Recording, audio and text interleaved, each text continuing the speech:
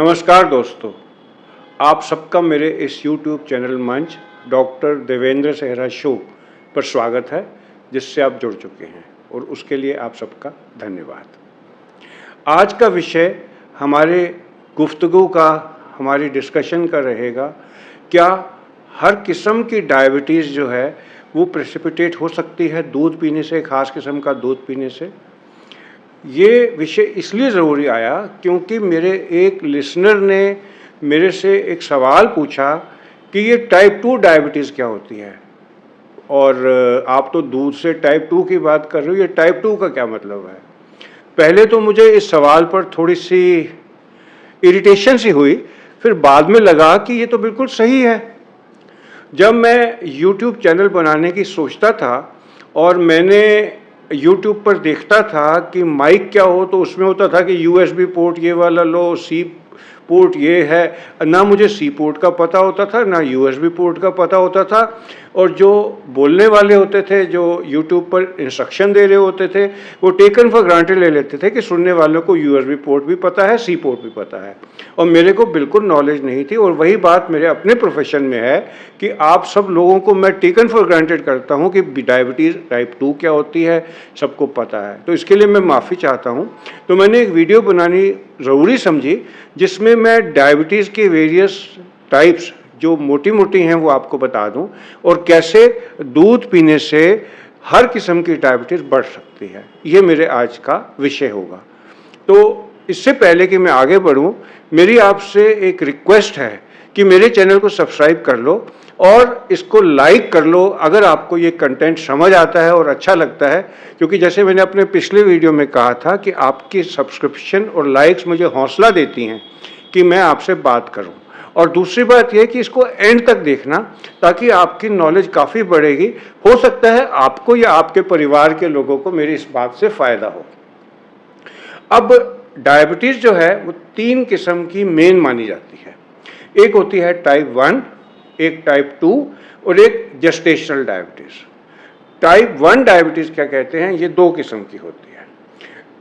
Basically या तो beta cell जो इंसुलिन बनाते हैं वो पैदाइशी बना ही नहीं रहे, तो इसको कहते हैं इडियोपैथिक। हमें कारण ही नहीं मालूम, बट वो पैदाइशी बना ही नहीं रहे इंसुलिन, और उससे पेशेंट को ज़िंदगी भर के लिए इंसुलिन पे आना पड़ता है। और दूसरी टाइप क्या होती है, दूसरी टाइप होती है ऑटोइम्यून टाइप 1 डायबिटीज़। इसमें कुछ ऐसे एंटीबॉडीज़ आती हैं जो बीटा सेल को मोटे मोटे तरीके से एक अपना दुश्मन मानती हैं और बीटा सेल्स को ख़त्म करती जाती हैं। तो इससे कुछ सालों में, 3-4 साल 5 साल की उम्र में ये सेल ख़त्म हो जाते हैं और पेशेंट को 4 या 5 साल की उम्र में कॉम्प्लिकेशन आती हैं, जैसे कीटोएसिडोसिस वगैरह की, और हम डायग्नोज करते हैं वो टाइप 1 डायबिटीज़ हो गई। तो टाइप 1 डायबिटीज़ मोटे मोटे तौर पर बीटा सेल के ना होने की वजह से जो इंसुलिन नहीं बन रही और जिसके लिए इंसुलिन देने के बिना गुजारा नहीं है, वो टाइप 1 डायबिटीज़ है। पहला तो मैं बात करूंगा कि दूध पीने से टाइप 1 डायबिटीज़ बढ़ती कैसे है, जिसके बारे में 100% एविडेंस है। दूसरी डायबिटीज़ वो है जो एडल्ट्स में जाकर होती है। इसमें इंसुलिन सिक्रीशन डिफेक्टिव होता है, जितनी बॉडी को चाहिए उसके मुकाबले में कम होता है। मैं दोबारा बोल दूं, रिलेटिवली कम होता है, यानी कि जितना इंसुलिन बॉडी को चाहिए उतने बीटा सेल नहीं बना पा रहे। ऐसा क्यों है कि इंसुलिन इफेक्टिव नहीं है। जहाँ जहाँ उसको काम करना है, मसल्स में, फैट में, वहाँ वो इफेक्टिव नहीं है। तो इस वजह से भी डायबिटीज़ होती है। इसको टाइप 2 डायबिटीज़ कहते हैं। और एक होती है जो कि latent autoimmune diabetes of young, जिसको लाडा वेराइटी कहते हैं। ये 25-30 साल तक आ जाती है। इसमें क्या होता है कि पर्सन को शुरू में शुगर होती है, वो oral anti hyperglycaemic agents, oral hypoglycaemic agents लेता है, और कुछ सालों में उसको डायबिटीज़ हो जाती है। ये भी ऑटोइम्यून प्रोसेस होता है। ये दो तो मेन हो गई। तीसरी होती है जो प्रेगनेंसी में प्रेसिपिटेट होती है, जिसको जीडीएम कहते हैं। आज का मेरा टॉपिक जो मैं आपको बताऊंगा कि दूध टाइप 1 और टाइप 2 डायबिटीज़ कैसे कर सकता है, जीडीएम पर विस्तार से मुझे बोलना पड़ेगा, इसलिए अगली वीडियो में जीडीएम पे बनाऊंगा, जेस्टेशनल डायबिटीज़ मेलाइटस पर। वो भी अब ज़रूर देखना, क्योंकि अगर कोई प्रेग्नेंट लेडी है, अगर क्या वो वाला दूध पीना बंद कर दे तो क्या उसको इंसुलिन पे नहीं आना पड़ेगा, ये एक इम्पॉर्टेंट टॉपिक होगा। अब बात करते हैं दूध की। दूध दो टाइप का आता है, एक A1 एक A2। इनमें क्या फ़र्क है, मेरी पुरानी वीडियो देख के समझ लेना। कुदरत ने दूध को A2 टाइप का बनाया था। माँ का दूध, गाय का दूध, भैंस का दूध, कैमल का दूध, गोट का दूध, ये सब टाइप 2 होता था। लेकिन 5000 साल पहले एक म्यूटेशन हुई। कौन देख जानता है 2000 साल पहले हुई थी, 5000, लेकिन लिटरेचर में ज़्यादातर लिखा है 2000 से 5000 साल पहले एक म्यूटेशन हुई, जिससे जो दूध था, जो फिरंगी गायों का जो बहुत ज़्यादा दूध देती थी, जैसे हॉल्स्टीन है, फ्रीजियन है, जर्सी है, वो दूध जो इतना ज़्यादा देती थी वो टाइप 1 टाइप का दूध देना शुरू कर दिया, और हमारी देसी गाय A2 टाइप का दूध देती रहीं। तो आफ्टर वाइट रेवोल्यूशन, जब उन गायों का दूध, उनकी सीमन का यूज़ करके वहाँ के बुल्स का पूरी दुनिया में फैला, तो दुनिया भर में 3 टाइप के दूध आने लगे, A1, A2 और मिक्स A1 A2। इससे क्या हुआ कि जो लोग दूध A1 वैरायटी का पीते हैं, ये इंपॉर्टेंट है, इसको आप ध्यान रखना। जैसा कि आजकल इंडिया में मिल रहा है, पूरी दुनिया में मिल रहा है, वो इसलिए क्योंकि ये दूध जो है, ये वाली गाय ज़्यादा देती हैं, इसलिए ये दूध सस्ता पड़ता है। ग्वाला लोग ये रखना चाहते हैं, ये दूध 40 रुपये लीटर मिल जाएगा, A2 दूध आपको 100 रुपीज़ का 1 लीटर मिलेगा। तो दूध, दही, मक्खन, घी, ये ज़्यादातर मिक्स आने लगा। अब A1 वैरायटी का दूध जो है, ये हमारे गैस्ट्रो इंटेस्टाइनल लाइनिंग में जाकर प्रॉब्लम करता है, और ये मेटाबोलाइज होने के बाद एक प्रोडक्ट बनाता है, एक अमीनो एसिड का टुकड़ा, जिसको BCM7 कहते हैं। अब ये BCM7 क्या है, ये एक प्रो इन्फ्लामेटरी है टुकड़ा, जो 7 अमीनो एसिड की चेन से बना है। ये इन्फेंट्स के डाइजेशन से इंटेस्टाइन में जाकर ब्लड में चला जाता है। तो इसका क्या मतलब हुआ कि अगर आप A1 वैरायटी का दूध इन्फेंट्स को पिलाएंगे, और ये कंफर्म्ड है कि वो उनके इंटेस्टाइन में जाएगा, और ये भी पता है ये ब्लड ब्रेन बैरियर क्रॉस करता है, तो ये ब्रेन में चला जाता है। तो BCM7 वाला प्रो एथिरोजेनिक टुकड़ा हमारे बच्चों के छोटी उम्र के इंटेस्टाइन में जाकर ये इन्फ्लामेशन करता है, और वो क्योंकि ब्लड स्ट्रीम में जा सकता है, इसलिए ये ऑटोइम्यून प्रोसेस से टाइप 1 डायबिटीज़ कर सकता है। ये वो लोग कहते हैं जो इसके विरोध है, बाकी लोग कहते हैं जैसे कोई इसका 100% एविडेंस नहीं है। निर्णय मैं आप पे छोड़ता हूँ। ये जो मैं सब कुछ आपको बता रहा हूँ, ये सारा लिटरेचर में है। मेरे टॉक के बाद, इस लेक्चर के बाद आप लिंक में देख लेना, और या एक किताब है एक न्यूजीलैंड या ऑस्ट्रेलियन साइंटिस्ट की, डेविल इन द मिल्क, वो पढ़ लेना। तो ये दूध हमारे ब्लड में जाकर, ये हमारे इंटेस्टाइन में जाकर, इन्फेंट्स के ब्लड में जाकर BCM7 ब्रेन में चला जाता है।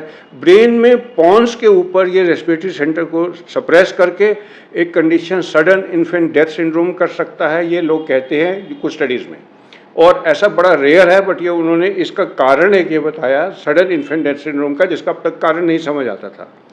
फिर दूसरा, ये जो है जाकर हमारे एनिमल स्टडी में देखा है, हमारे लंग्स में जाकर अस्थमा या एलर्जीज पैदा कर सकता है, जो मैंने पिछली वीडियो बनाई थी।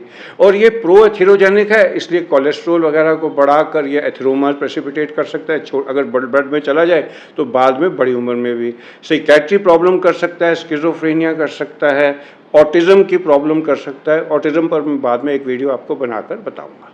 तो इस तरीके से ये वाला दूध टाइप 1 डायबिटीज़ कर सकता है। ये टाइप 1 की बात की। अब टाइप 2 डायबिटीज़ पर दुनिया में मैं पहली बार आपको बता रहा हूँ अपने रिसर्च से कि ये टाइप 2 भी कर सकता है। कैसे कर सकता है? जो साइंटिस्ट कहते हैं कि ये इंटेस्टाइन में बड़ों में एब्जॉर्ब नहीं होता। स्टडीज़ में ये देखा गया है कि 95% तो ये एब्जॉर्ब डाइजेस्टिव जूसेस से ही ख़त्म हो जाता है, बट 5% ये एब्जॉर्ब हो सकता है बड़ों की इंटेस्टाइन से भी। और अगर ये एब्जॉर्ब नहीं भी होता, सुन लेना, अगर ये एब्जॉर्ब नहीं भी होता तो BCM7 को मेटाबोलाइज करने के लिए DPP4 एंजाइम का एक्सप्रेशन बढ़ जाता है, और DPP4 जब बढ़ जाती है ये क्या करती है, ये BCM7 को तो ख़त्म करती ही है, ये GLP-1 जो एक इंसुलिन सिक्रीटागॉग है, जो इंसुलिन सिक्रीट करता है, उसको भी कम कर देती है, तो इंसुलिन का सिक्रीशन कम हो जाता है। इस तरीके से ये वाला दूध टाइप 2 डायबिटीज़ भी कर सकता है।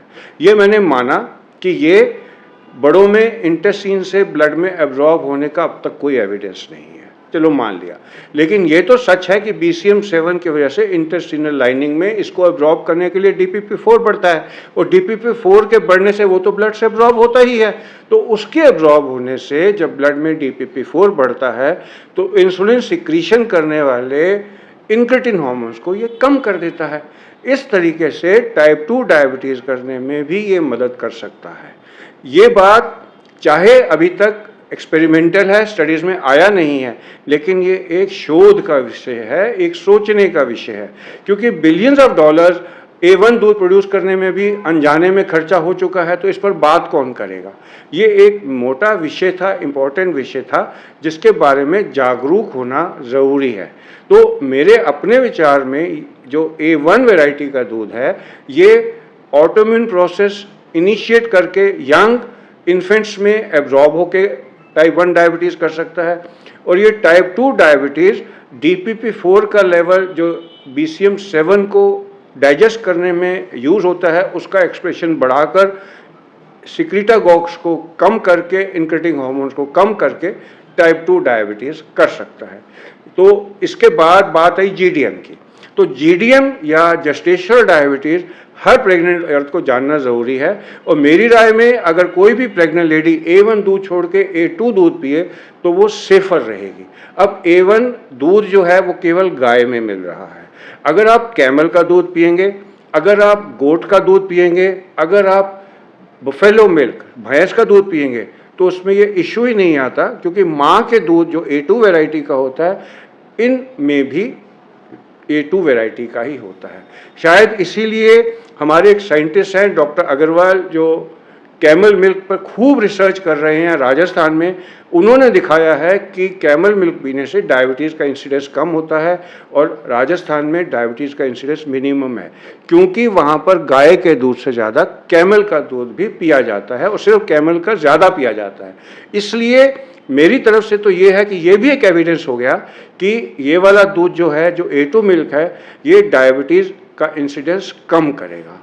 तो मेरे इस तरीके के अपडेट अगर आपको कुछ सोचने को मजबूर करते हैं तो मेरे चैनल को सब्सक्राइब कर लेना, और ये वाला जो मेरा वीडियो है अपने डायबिटोलॉजिस्ट से शेयर कर लेना, और अगर आप स्वयं डॉक्टर और डायबिटोलॉजिस्ट हैं तो ये अपने डायबिटोलॉजी ग्रुप्स में शेयर कर लेना, क्योंकि ये मेरा पहला वीडियो है जो टाइप 2 डायबिटीज़ किस तरीके से इन पेशेंट्स में जो A2 वैरायटी का दूध नहीं पीते, A1 वैरायटी का दूध पीते हैं, उनमें हो सकती है।